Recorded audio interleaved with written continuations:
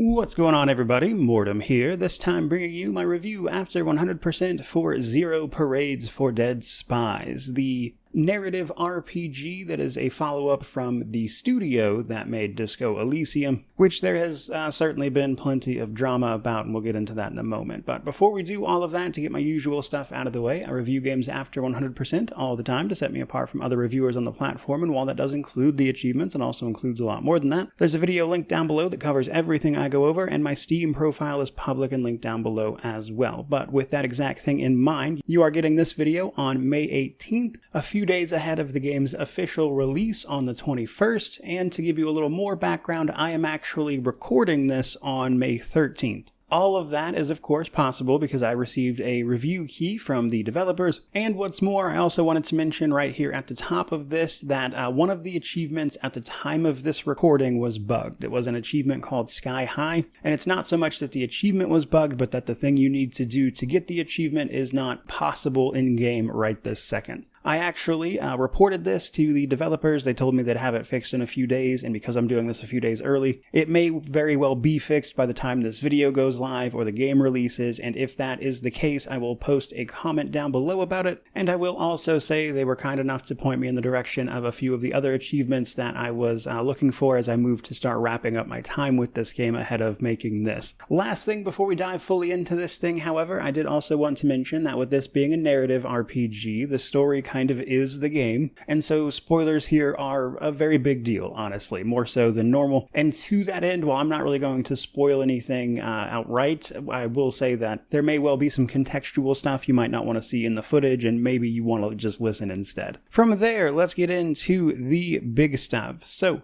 on the positive side of this, I will say that this game has some interesting advancements in terms of game mechanics coming directly from Disco Elysium. In some ways, I think it's more of a sidestep than say necessarily anything that is better or worse, and people will of course have their own subjective opinions about that, but for the most part those are where I enjoyed this the most. There's overall a good story and a decent amount of humor in here, but at the same time, I will simply say that I found the writing to be a little more dry than Disco Elysium. I don't think the writing quite hits the same highs either, but taken on its own, I think this is a perfectly good narrative RPG. It's got an interesting story, some interesting plot twists. Again, I think some of the things they did with the mechanics and whatnot were fun, and we'll get into all of that. But just to address the elephant in the room, people's main issue with this game is simply going to be the fact that there was a whole bunch of drama between the studio here and some of the creative leads that were forced out basically after Disco Elysium. I would be lying if I said I kept up with every bit of that drama. It's been covered to death on the internet, and you can look it up if you want, but because of that drama, this game is going to be a non-starter for a lot of people. But if that doesn't matter to you, then it is just a pretty good narrative RPG. And so let's talk a little bit about everything else, starting with the technical side of things. Now, I will say this game does have an unfortunate amount of technical problems. The one-pager they sent over with the review key did acknowledge some of these, so they are certainly at least aware of them, but in particular I had one crash, and then the bigger problem was really just various little soft locks. Sometimes when transitioning from one area into another, the game wouldn't exactly freeze, but it would get stuck on the transition screen and force you to Alt F4 and reload. Now, you don't lose any progress here. The game would save as this went to happen, and you could just load that save up and continue on, and it would usually be fine. But that happened frequently enough to be an issue, especially in the end sequence, which was annoying. Like several times in the ending areas this happened. And one other one, so time is passing throughout the game, and the NPCs have different places that they'll be, and you can't necessarily access places after a certain time, and I unfortunately noticed that if you save in a place that is open when you enter it, but the time has passed, that it will now be closed to you when you made the save. When you load that save back up, you will be in a closed off area that you cannot get out of because you're not supposed to be there at that time. That is especially annoying because the only way to fix that is to simply back up to a save point before you were in that situation, and hopefully you have a save that you didn't lose too much progress on. So if you are in an area that closes, be especially mindful of that when you save. And then last but not least, the game's audio was, I guess just not final would be the way to put it. They were working on various aspects of it. Portions of it just didn't have the voice acting. Some of it just wasn't final. Sometimes the game would add effects to the audio that shouldn't really be there, like based on locations and stuff that you were. That should theoretically be fixed for the final version, but just in case it is not, come release day, the audio was a bit of an issue in the review copy specifically. From there, let's talk about starting up a game. So I would not exactly call it character creation, perhaps simply customizing your skills might be the way to put it, because while you do play a set character at the beginning of the game, you can customize the skills that you are proficient in, I guess would be the way to put it, and you can basically choose between physical, social, or mental skills. Each of them has 5 skills associated with it, and putting more points into it here at the beginning of the game increases the maximum potential for that skill. The skills themselves will cap out at 9, but you can bring them up to 5 here. So you've got just a few points to raise the maximums for each type of skill. This is going to give you an immediate advantage with those skills, but again, also determine the initial maximum they can actually reach. Afterwards, you can both raise and lower one skill, and then assign a point to an individual skill in each category. We'll talk a little bit more about those come progression, because now I want to talk about the story setup and my thoughts on it. So, as I mentioned, this is, again, a very story-focused game. If you don't want spoilers at all, maybe skip this part, because I am going to talk about the basic story setup, which is roughly what the initial Steam Next Fest demo covered. And while I am going to talk in broad terms, I'm going to leave most of the individual plot points out, just so people can discover them on their own. So, when you first start up the game, you find out pretty quickly that you are a spy for an intelligence network known as the Opera. You were pulled from what they call the freezer, but basically after being sidelined for the past 5 years, someone asked for you in the city of Portofino by name, and you were essentially brought here to carry out the Opera's mission as a way to atone for your past mistakes, because 5 years ago in this very same city, you made a mistake that got a lot of your friends hurt, and so you need to find out why they were calling you back here. But that is made a little more difficult by the fact that your partner is catatonic when you come to. You have to figure out why that happened. There's a mysterious red disc nearby that clearly had something to do with it. This partner was also investigating what exactly it is you were here for to begin with, and so in following up all of those leads, you uncover both, of course, the outcomes of your past failure as well as the actual mission you are here to complete, and along the way, we're going to get up to all sorts of espionage and hijinks, as it were, and that's kind of all I want to say in terms of the setup itself. As a total package, I would say it's pretty good. A significant portion of it is very dry, I guess would be the way to put it. It's just like a lot of names and different entities as the game sets up this particular section of the world, and it honestly struggles to pull you in at first, but I will say by the time you get to the endings and the game starts throwing out the plot twists and you kind of get a grasp of what everybody's motivations and everything are, it wraps up to be a pretty good narrative, but I do think it probably takes a little too long to get to that point, and I think it might lose some people in the build-up. On top of that, the game does have, I would say, multiple different endings. The game itself will still end in more or less the same way each time, but depending on your actions and ways you navigated certain espionage encounters, that kind of thing, there are variations to what you can actually accomplish and do, which lends itself to a good amount of choice and consequence that you would want from a narrative RPG like this. On top of that, there were plenty of moments that genuinely made me laugh. While the system works differently, you can die in a lot of different situations, which usually comes with this news splash screen that has an unflattering message about how you died, which was usually worth a laugh. And there are certainly characters and interactions that are more entertaining than others. There's this doctor you can meet called Dr. Gonza, who is an unlicensed medical professional, let's say, who pretty much always got a good laugh out of me. But I'm going to mention it here and then again a little later, but I would say one thing this story could really use is a glossary. This game is constantly just throwing names and world building at you, and it can be a little difficult to keep track of at first until you start kind of putting all the pieces together, and I think the fact that the game is conservative with its information giving at first, you have to again sort of put all this together, and that's frustrating because your character should know this stuff because they are a spy more or less who's been immersed in this world. Whereas you, the player, are having to learn it kind of on the fly, which at times can be a bit dissonant, let's say. Either way, though, total package, once you get to the end, I do think it's a pretty fun narrative, even if it isn't going to hit the highs of what Disco Elysium managed. Which brings us to our progression systems. Progression in this game primarily comes down to your skills, thoughts, and the various gear you will acquire along the way, starting with those skills I mentioned. 3 sets of 5, physical, social, and mental more or less. As you do things, you will gain experience, and this will give you skill points that you can either spend on increasing your skills or increasing the amount of thoughts you can condition yourself with. However, the other side to skills is the status effect that goes with each one of them. Fatigue, anxiety, and delirium appropriately. Once these hit a maximum,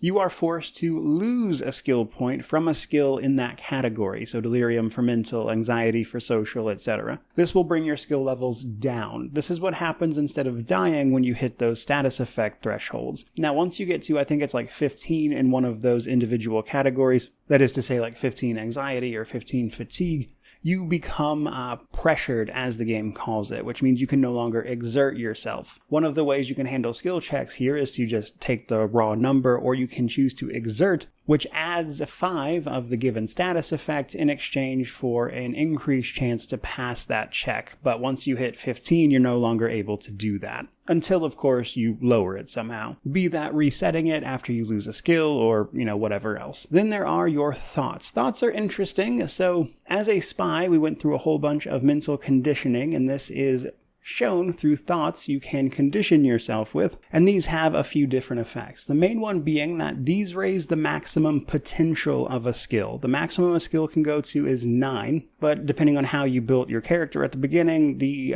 current maximum you can actually reach can be anywhere from like 3 to 8 at the start roughly, with you having to use these thoughts to get any higher than that. The catch being that these thoughts usually come with a gameplay drawback, so they often stop whatever their effect is if you do whatever thought violation comes with that one. So some of them might require you to not use certain items or buy certain things, or you lose the effect from that thought for a set period of time. The other thing these thoughts can do is add various gameplay effects, in some cases making the game easier or harder, or just changing the gameplay in some way. There's a thought that limits how often you can save. There's a thought that gives you a menu option that will just make the game easier by giving you a bonus to checks. There is a thought that will get you roped into a telemarketing scam, which I thought was a funny one. And so even beyond their mechanical benefits, there are some narrative elements to this stuff as well, and they can also provide more options and stuff. The other part of this is gear, what your character is actually wearing. You can equip all sorts of different outfits. You can buy and find these all over the place, which will of course affect how you actually look, but also can provide both benefits and detriments to your skills, adjusting them accordingly. Some of these are purely benefit, others are a trade. And I will say a surprisingly effective way to pass a check that you are struggling with is to simply find the appropriate clothing to raise that skill up as you pass it. That would get you through like 90% of them most of the time if you're having trouble. And then last but not least, there are of course just the tools and things you'll find along the way. So you start the game off with a relatively small amount of tools, but you can pick up a lockpick, chain cutters, etc., which go into this toolkit item that you can then equip and use those accordingly. You can also eventually get a hand on a flashlight, which is something you actually have to turn on and use in-game, simply by equipping it, mind you, and then there's consumables to manage those status effects I talked about, stuff like that.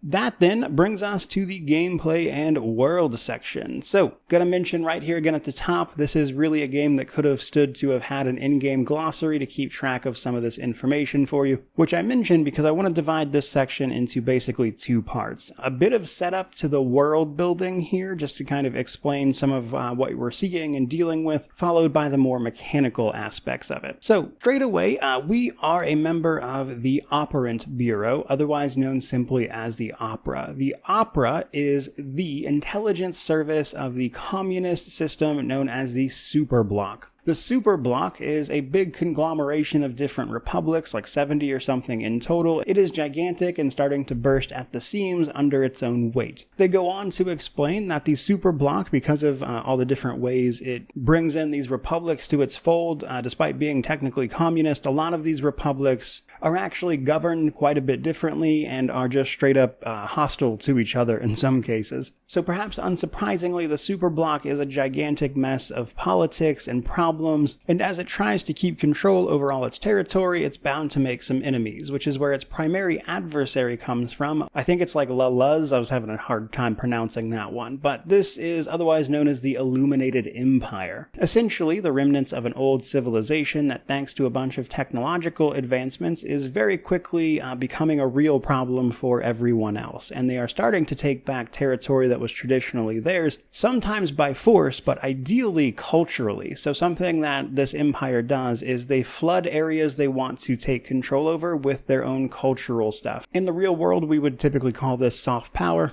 But essentially, this empire is trying to win a cultural victory, so it doesn't actually have to come in and drop bombs, and it can just take territory that way. A lot of this territory that was once theirs now belongs to the superblock, and there's some obvious tension there, and that's kind of at the heart of what is going on here. There is another third player on the board, however, known as Imtur, which is a sort of amalgamation of a much longer thing I can't pronounce, but Imtur is otherwise known as the Bank. The Bank does not actually have any territory. It is a surprisingly large network of debt and trade empire that, while decentralized, has very real power over essentially everyone it can get involved in its debt schemes. And so they have their own operatives and people trying to push for their own interests, etc. Now, this is all coming to head in the city of Portofino because all of these individual factions are clashing here, which has led to what they call the cultural blockade. Basically, they see what the empire is trying to do, and they are trying to block all that culture coming in,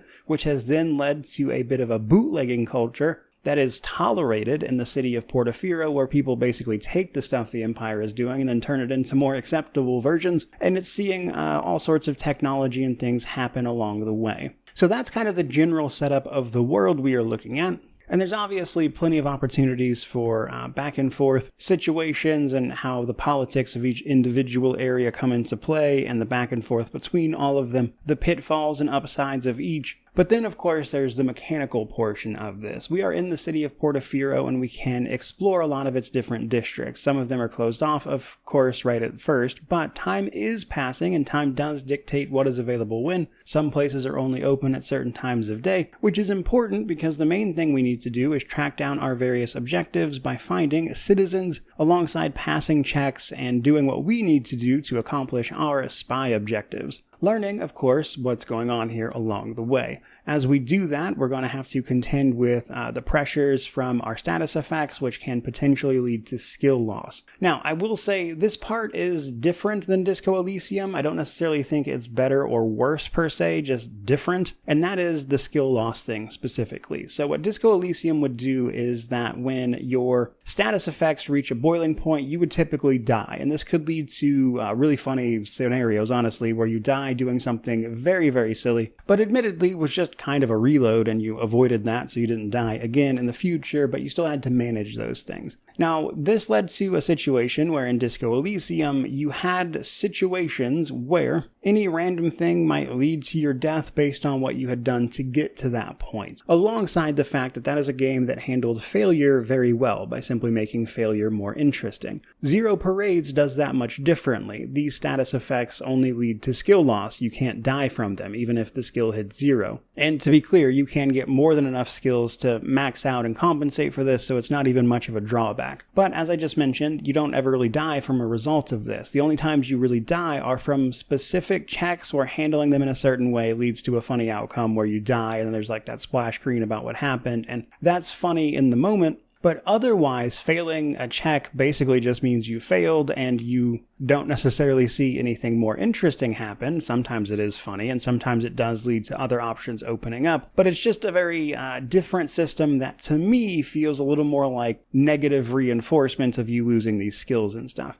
Having played through the whole game, I don't think it's as bad as I initially thought it was when I had played through the demo and like the first few hours and everything, but it is different in a way that doesn't feel quite as engaging to me personally. But let's get a little deeper into that. How are these skill checks even working? Well, basically, every skill check consists of 2d6 rolls by default. You can exert on the check if you have the ability to do so based on the status effect buildup. And doing that will add a third d6, and you will keep the best two, sort of like advantage from D&D almost. And the reverse can also happen where you will roll a third one and keep the worst ones. So in order to pass a check, you roll these 2d6 plus whatever skill you are rolling in order to try to beat whatever the challenge is. This can then be further modified by other factors like just playing the game, like having certain interactions or talking about certain things or just having certain knowledge can also affect the roll with like plus or minus modifiers to take that a little bit farther, which means even if you're really good at a skill, there's always a potential to fail on a snake eyes, or that is to say a double 1, or the potential to succeed on a double 6, which can be affected even farther by things like clothing or the thoughts you have conditioned and all that stuff. So that part is interesting enough. If you can't initially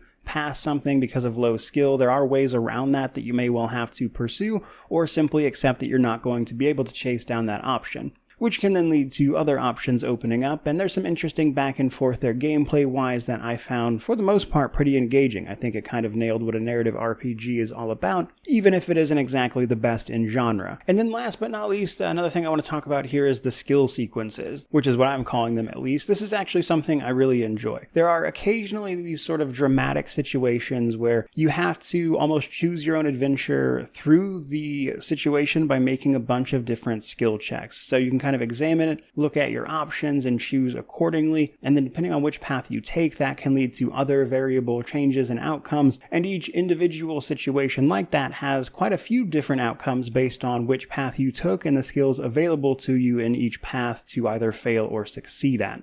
Those were actually pretty fun. I enjoyed kind of parsing my way through those in addition to the game's regular choice and consequence. Combine that with some of the plot twists. I obviously don't want to spoil different ways of approaching individual situations. There are a lot of main story goals in particular that have like multiple ways to be successfully accomplished, pretty much all of which are represented in the achievements, mind you, but overall, I would say it was pretty good, and I liked some of what they did here a good bit. But that does bring us to the Steam Deck section before we start wrapping it up. This runs perfectly fine on the Steam Deck. It's perhaps a little choppy. It can jump around FPS-wise in some places, but as a narrative game, it's not exactly the most intensive game in the world, and so while the current rating is unknown, I imagine it will get playable or verified. Valve seems to be a real stickler about things like text size in all of the games on the Steam Deck, but obviously a narrative game that's going to be much more in play. And there are a lot of menus with pretty small text and stuff, and so I imagine if anything gets dinged there, it will likely be that, because otherwise it's perfectly fine over there and has all the stuff you would want. But that does bring us to the positives, negatives, and then we'll wrap this thing up. So on the positive side, I enjoyed the espionage story. It is a little dry at times, but I liked the twist. I liked how it wrapped up. I think the world building was pretty good overall. I also really enjoyed how they introduced those like dramatic situations where it's like a sequence of skills that you have to pass or fail your way through, which had a bunch of different outcomes. I had a lot of fun with those. And just in general, how they were messing around with the mechanics that were established in Disco Elysium and tried to apply them here in various ways, and for the most part, I think that stuff worked. I don't love the way the skill loss thing works personally, but otherwise it was enjoyable, which brings us to the negative side of things. I gotta say, the technical nuisances, the audio not exactly being done for the review copy at least, led to some moments that were a little frustrating for me, but hopefully won't affect anybody who actually buys it on release day, as they should theoretically be fixed, but also the soft locks that saw me having to pretty frequently exit out of the game and restart it altogether, which could then lead to its own problems, like I mentioned, with getting stuck in places because of the time passing and where the game chose to save. I also think there's some opportunity for some quality of life improvements, like an in-game glossary would be fantastic. And then, as I mentioned, I'm personally not wild about the skill loss stuff, but other people will feel differently on that, I am sure. But all of that does bring me to my conclusion for this one. Honestly, Zero Parades for Dead Spies is a good narrative game. It's got an interesting story, I think the mechanics are engaging enough, but at the same time I also think that Disco Elysium is a better game than this one. I personally found the writing a little sharper and more engaging as a result, but considering that I also think that Disco Elysium was a lightning in a bottle situation, information, Zero Parades is good, but not great. And it is being sold for $40 US, which for me personally, that is the maximum I would have wanted to pay for this game, so I'm fine with that. I, in total, spent about 35 hours with it. That is 2 playthroughs and a whole bunch of save scumming. I will say also that I think $30 US would have been the sweet spot for this, but 40 is fine. I am also, of course, perfectly aware that the main reason people aren't going to pick this game up realistically is because of the drama between the studio and those creative leads from Disco Elysium. And obviously nothing I say is going to change their mind on that, but if that doesn't bother you, then Zero Parades is a perfectly good game and an enjoyable narrative RPG. Which is where I am going to leave this particular video. So I certainly hope you enjoyed it, found it informative and all of that. I would love to know what you think about this one down in the comment section below, which of course means to like, comment, subscribe, all that YouTube jazz. But regardless of any of that, truly, just thank you so much for watching. I really do appreciate it. May you wander in wisdom and have an amazing day.